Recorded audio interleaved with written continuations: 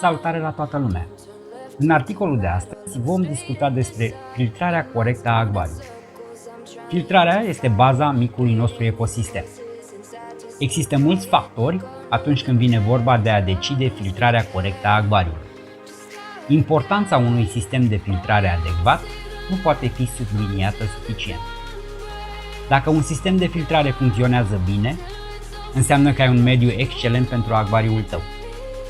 Dacă nu, pot apărea o gamă largă de probleme. În general, sistemul de filtrare este adaptat pe baza mai multor factori. Ce tip de pești intenționați să aveți, peisajul din acvariu, dimensiunea acvariului și alți factori. În acest sens, există câțiva indicatori de performanță ai filtrelor care vă pot ajuta să alegeți configurarea potrivită.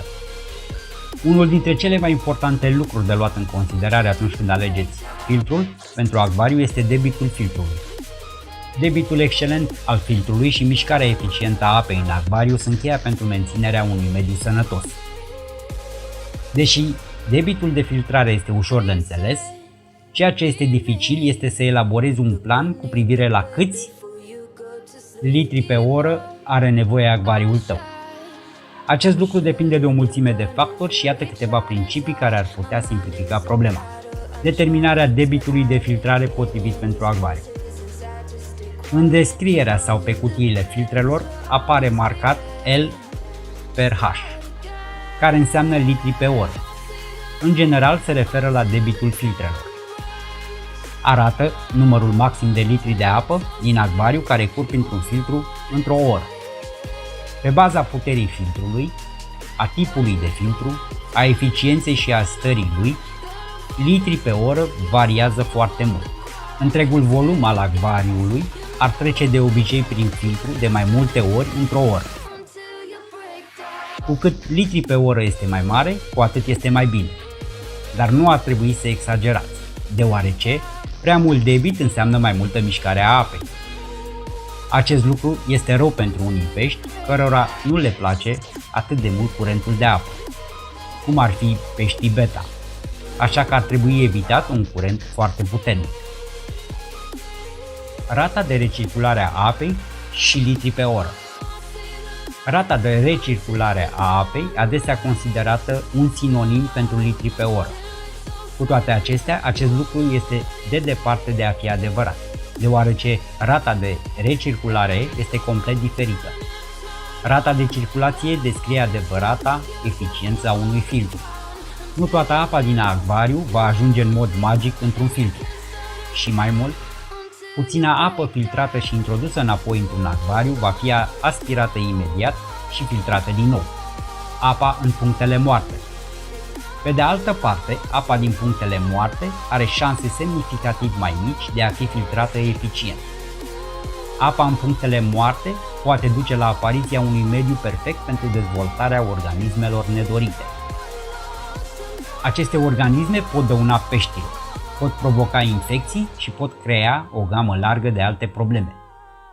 Dacă sistemul de filtrare este suficient de eficient, această problemă este minimizată sau chiar complet evitată.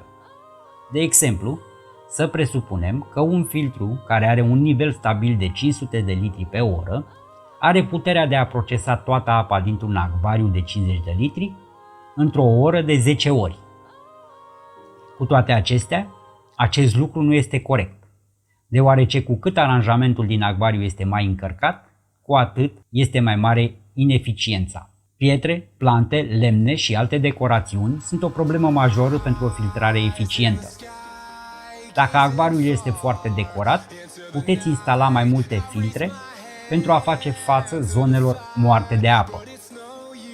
În concluzie, cei mai importanți doi factori care trebuie luați în considerare sunt debitul filtrului, precum și eficiența reală pe care sistemul de filtrare o oferă acvariului. Avantajele oferite de un debit bun al filtrului. Creșterea nivelului de oxigen ca urmare a unei mai bune mișcări a apei pe toată suprafața.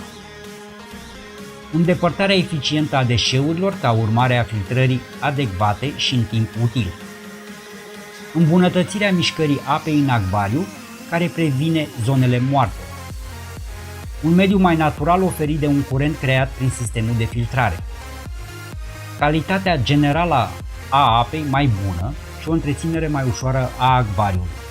Determinarea debitului de filtrare potrivit pentru acvariu.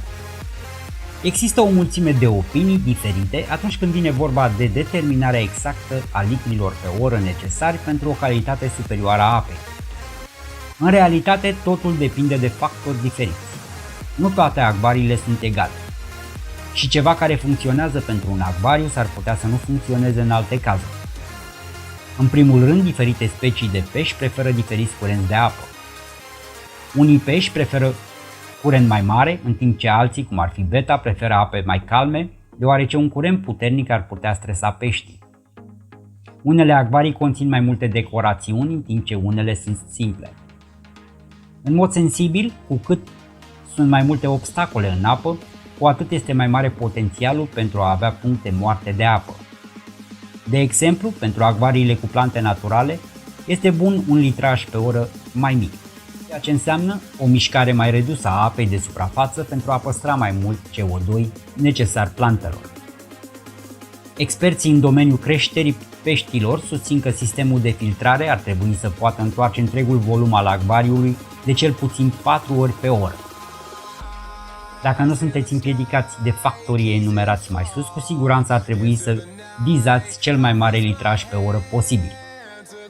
Există de asemenea o mulțime de opinii cu privire la capacitatea filtrului de a recircula întregul volum al acvariului de 6 până la 10 ori pe oră. Acestea fiind spuse, ar trebui să fie clar că există multe reguli de bază pentru litri pe oră în acvaristică. Cel mai bun lucru pe care îl puteți face este să examinați temeinic nevoile voastre precise de filtrare a apei. De cele mai multe ori este mai bine să ai un litraj pe o oră mai mare și să găsești ceea ce funcționează cel mai bine pentru acvariul tău. Sper că veți alege sistemul de filtrare optim pentru acvariile voastre. Vă mulțumesc pentru atenția acordată acestui articol. Nu uita să te abonezi dacă vizitezi pentru prima dată canalul meu, să apeși clopoțelul din dreapta pentru a fi notificat când apar noi articole. Dă-mi un like dacă ți-a plăcut articolul. Ape cât mai limpezi, pe data viitoare.